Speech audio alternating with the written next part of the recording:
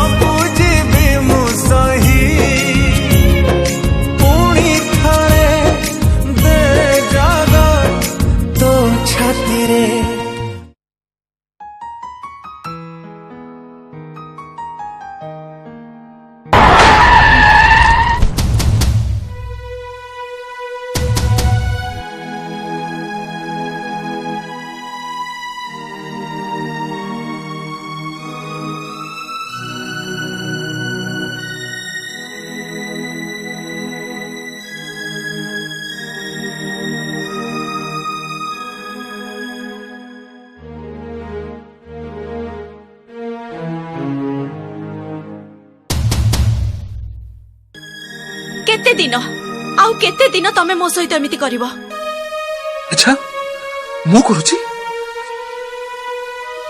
ଗୋଟେ ଛୋଟ ଭୁଲ ପାଇଁ ତମେ ମୋତେ ଏତେ ବଡ ଶାସ୍ତି ଦେଲ। କେବେ ଭାବି ଦେଖିଛ ତମେ କେମିତି ରହୁଛି ମୁଁ ତମ ବିନା? ମୋ ଦିନ କେମିତି କଟୁଛି? ମୋ ବିନା? ତାହେଲେ ସିଏ କିଏ? ଆରେ ଟିକେ ବୁଝିବାକୁ ତ ଚେଷ୍ଟା କର। ମାମୁ ଇଏ ମତେ ମଞ୍ଚ ଦେଲେ।